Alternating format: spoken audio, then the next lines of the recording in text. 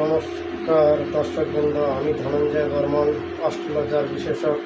আমি আজকে একটি বিষয় নিয়ে আলোচনা করতে চলেছি আমার দর্শকদের সঙ্গে। বিষয়টি হচ্ছে রুদ্রাক্ষের জন্মবৃত্তান্ত এবং ভালো রুদ্রাক্ষ চেনার লক্ষণ। জ্যোতিষশাস্ত্র মতে রুদ্রাক্ষের জন্মবৃত্তান্ত আলোচনা এবং ভালো রুদ্রাক্ষ চেনার লক্ষণ, সেই বিষয় নিয়ে আলোচনা করব। অতি প্রাচীনকালের কথা, এক সময় নীলা প্রসঙ্গে ভগবান শিব যখন নিজে মুদ্রিত নয়নদ্রয় উন্মীলন করলেন, তখন তার নয়ন হতে অশ্রুবিন্দ পড়ল কৈলাসের কোনো এক পবিত্র স্থানে। আর সেই স্থানে শিবের পবিত্র অশ্রুবিন্দ থেকেই উৎপত্তি হলো এক বৃক্ষের। সেই বৃক্ষের ফল রুদ্রাক্ষ। শিব পুরাণে রুদ্রাক্ষের জন্মকথা বিষয়ে বলা আছে যে, হিমালয়ের বিচরণরত ক্ষত্রিয় রাক্ষস ত্রিপুরাসুরের নিধন করার জন্য শিবকে বহু বছর যাবৎ সংগ্রাম করতে হয়। সেই যুদ্ধে ব্যস্ত থাকার কারণে শিবের চোখে আঘাত লেগে যায়।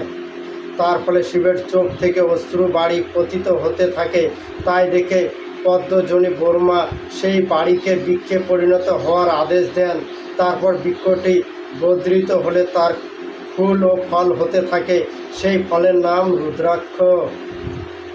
রুদ্রাক্ষ চারটি জাত হিসাবে পৃথিবীতে অবতীর্ণ হয়, যথা ব্রাহ্মণ, ক্ষত্রিয়, বৈশ্য, শূদ্র।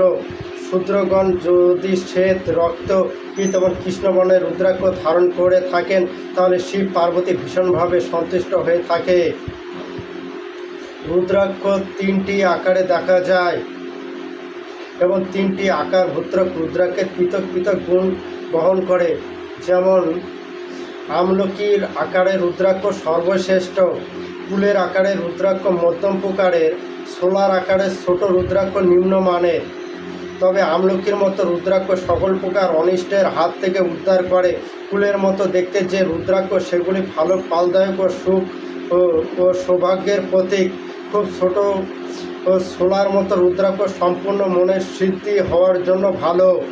রুদ্রাক্ষ খুব ছোট হলে তা ফলপ্রদ, কারণ একটি ছোট রুদ্রাক্ষ বড় রুদ্রাক্ষের 10 গুণ ফল প্রদান করে। ছোট রুদ্রাক্ষ পাপ বিনাশক। ছোট রুদ্রাক্ষ পাপ বিনাশক, সুন্দর চকচকে মজবুত ফল দ্বারা সম্ভব সুখ লাভ হয়। যে রুদ্রাক্ষের নিচ থেকে ছিদ্র থাকে সেটা উত্তম মানের, আর যেটি মানুষ্য দ্বারা ছিদ্র করা সেগুলি মধ্যম মানের। বিধিমতো রুদ্রাক্ষ ধারণ না করলে মানুষের সহসা ক্ষতি হয়ে থাকে। তন্ত্রমন্ত্র রুদ্রাক্ষের গুণাগুণ অনেক। ভালো রুদ্রাক্ষ চেনার লক্ষণ, যে রুদ্রাক্ষ সব দিকে সমান, কোথাও বিকৃত, বাঁকা, উঁচু নিচু বা ভাঙ্গা চোরা নেই, সেই রুদ্রাক্ষ সব থেকে ভালো। এর কিনারাগুলি বেশ স্পষ্ট থাকবে আর গায়ে কাটা কাটা দাগগুলি বাইরে বেরিয়ে থাকে। যে রুদ্রাক্ষ জলে ডুবে যায়, দুটো তামার টুকরোর মধ্যে রাখলে ঘুরতে থাকে, উজ্জ্বল ভারী হয়, এমন রুদ্রাক্ষ সবচেয়ে ভালো। সবচেয়ে ভালো রুদ্রাক্ষ হচ্ছে যে রুদ্রাক্ষ জলে ডুবে যায় এবং দুটো তামার টুকরোর মধ্যে রাখলে ঘুরতে থাকে, উজ্জ্বল ভারী হয়, এমন রুদ্রাক্ষ সবচেয়ে ভালো। একে সর্বোত্তম বলে মানা হয়। এই রুদ্রাক্ষগুলি সবচেয়ে বেশি উপকারী হিসাবে জোর গলায় বলা যায়। ভালো লক্ষণযুক্ত রুদ্রাক্ষ অর্থাৎ উজ্জ্বল ও ভারী হলে সাধক রোগীদের বিশেষ উপকার করে থাকে।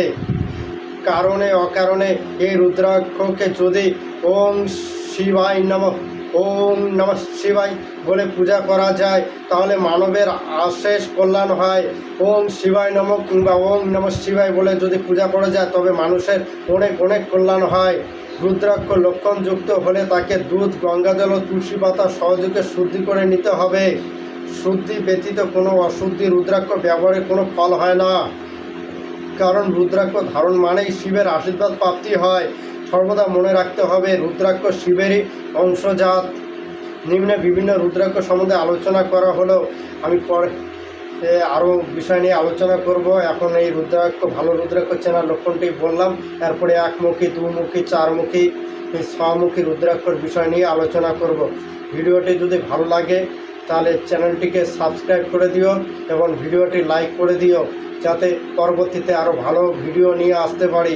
আমার দর্শকবৃন্দ, আপনাদেরকে অসংখ্য ধন্যবাদ ভিডিওটি মনোযোগ সহকারে দেখার জন্য। নমস্কার।